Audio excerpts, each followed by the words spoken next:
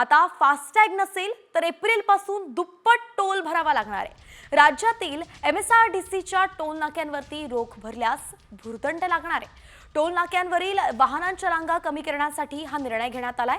MSRDCच्या toll नाक्यांवरती 1 April पासून FASTag बंधनकारक करण्यात आलाय। ग्राफिक्सच्या माध्यमातून काय नियम असणार आहे, बदल काय झालाय, जरा सविस्तरच पाहूयात।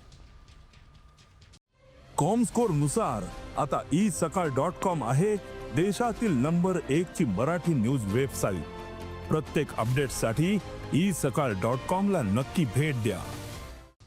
तर राजीव गांधी वांद्रे वरळी सी लिंक इथे दुप्पट टोल तुम्हाला द्यावा लागू शकतो। मुंबई पुणे एक्सप्रेस वे आणि मुंबई पुणे राष्ट्रीय महामार्गावरती सुद्धा हा नवीन नियम जो आहे तो लागू होणार आहे। तर मुंबईच्या एंट्री पॉइंटवरचे 5 ही टोल नाके यामध्ये समाविष्ट आहेत।